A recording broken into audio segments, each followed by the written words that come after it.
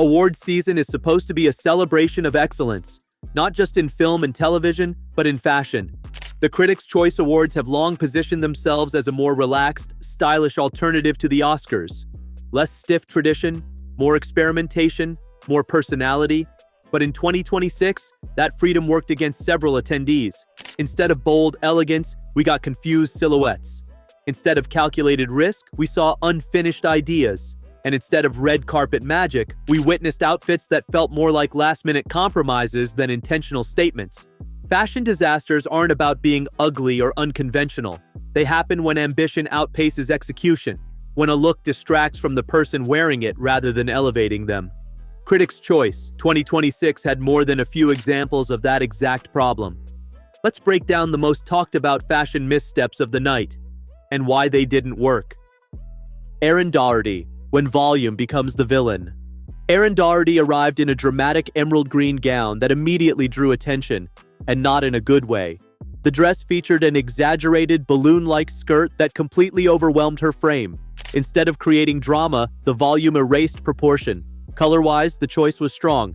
Emerald green photographs beautifully under red carpet lighting. But fashion is about balance, and here the silhouette swallowed the wearer whole. The bodice offered no visual anchor, leaving the dress to look like it was wearing Erin rather than the other way around. Red carpets demand structure. When volume isn't paired with precision, it crosses the line from couture to costume. This look crossed that line decisively. Thank you, Critics' Choice, for this. I just keep thinking about this speech that Stephen Graham made on day one of this shoot. Audrey Nuna, whimsy without control. Avant-garde fashion lives and dies by intention. Audrey Nuna's outfit leaned heavily into cartoonish exaggeration, most notably through oversized circular sleeves that resembled costume props more than design elements. In editorial shoots, such exaggeration can work because the image is frozen and stylized. On a live red carpet, however, those same elements look distracting and oddly juvenile. The sleeves dominated every photo, pulling attention away from the overall look and from Audrey herself. Risk is admirable. But when the risk becomes the only thing people see, the styling has failed. Fashion should invite curiosity, not confusion. Thank you so much. You look beautiful too. Marc Jacobs. Shout out to Marc Jacobs. And just want to do something structural, fun, We're here for a good and short time, so let's do it. Bella Ramsey, too many ideas, no clear message. Bella Ramsey's red and black ensemble struggled with identity. A sequined vest layered over a bold red shirt created a visual clash between theatrical glamour and casual styling. Each piece wanted to tell a different story. Sequins demand commitment. They thrive in sleek, controlled environments where they can shine without interference. Pairing them with a shirt that read more daytime than dramatic created a tonal mismatch that felt accidental. The result was an outfit that looked unfinished, like a concept still waiting for its final decision. On a red carpet, hesitation is fatal. Yeah. Okay. Peanut butter jelly, peanut butter jelly, peanut butter jelly, peanut butter jelly, peanut butter jelly. The baseball bat say ayo, say ayo, ayo. It's been a while since I've sung this. Honestly, I feel better. Hannah Einbinder, period drama without the drama. Victorian-inspired fashion has had a strong resurgence in recent years, and when executed properly, it can be stunning. Hannah Einbinder's puff-sleeved look aimed for that historical romance aesthetic but missed the necessary modern tailoring to make it work. The sleeves lacked structure, collapsing rather than standing with intention. Combined with understated styling choices, the outfit leaned more toward costume rental than high fashion. Period references require either immaculate tailoring or a bold modern contrast. This look offered neither.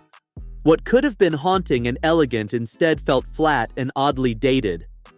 I wanted my look to feel like it honors Nicola's designs, which blend old school elements from like sort of classic fashion architecture with the future. Patricia Arquette. When styling undermines the dress, Patricia Arquette's metallic gold gown had potential. The fabric shimmered beautifully, and the silhouette itself wasn't inherently flawed. The problem came with the addition of an oversized leather jacket. Leather and metallics can work together, but only with a clear vision. Here the jacket overpowered the dress, flattening its glamour and disrupting the silhouette.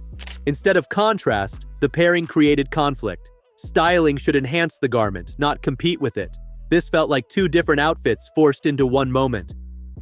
Meg Stalter and Paul W. Downs, the joke that took over the room. Meg Stalter and Paul W. Downs arrived in intentionally matching outfits that closely resembled a recent celebrity couple's viral fashion moment. It was funny, it was clever, and it instantly went viral. But while this wasn't a traditional fashion disaster, it exposed a different red carpet problem, when the joke becomes bigger than the event. Their appearance shifted attention away from designers, stylists, and other attendees, turning the carpet into a punchline. Comedy has its place, but when fashion becomes parody, it risks undermining the seriousness of the platform. What's one thing that's in for 2026? Fun. I think we need to have some fun in 2026. Accessories that tried to steal the spotlight. Several attendees fell victim to accessory overload. Earrings so large they dominated headshots. Neck pieces that clashed with already busy gowns. Shoes that competed instead of complemented. Accessories are meant to finish a look, not fight it. At Critics' Choice 2026, too many choices felt driven by shock value rather than harmony. On camera, exaggerated accessories distort proportion quickly, and what looks bold in person can look chaotic in photographs. Restraint is often the most luxurious choice. The dressed in the dark effect. Beyond specific names, the broader issue of the night was inconsistency. Several looks combined too many trends at once, sheer layers with heavy embellishment, clashing color palettes, or silhouettes that ignored body shape entirely. These outfits weren't offensive, just confused. They lacked a central idea. Fashion works best when there's a clear point of view. When everything is emphasized, nothing is. This category is where most red carpet disasters live, not in outrageous failure, but in creative indecision. Why Critics' Choice 2026 went wrong for fashion. The problem wasn't risk, it was miscalculated risk. Critics' Choice encourages experimentation, but experimentation still needs discipline. Many looks felt rushed, overstyled, or trend-chasing without consideration for the wearer. In an era where social media can turn a single bad angle into a lasting meme, precision matters more than ever. Another factor is the pressure to stand out. When everyone wants to go viral, subtlety gets sacrificed. But timeless red carpet moments are rarely born from desperation. They come from confidence and clarity. Fashion disasters aren't failures, they're lessons. Critics' Choice 2026 reminded us that bold ideas need structure, risk needs intention, and styling choices can make or break even the most expensive gown. Some looks failed because they tried too hard, others because they didn't try hard enough, and a few because they forgot the most important rule of red carpet fashion. The outfit should serve the person, not overshadow them. If you enjoyed this breakdown of the night's biggest fashion missteps, make sure to like the video, subscribe to the channel, and let us know which red carpet look left you the most confused.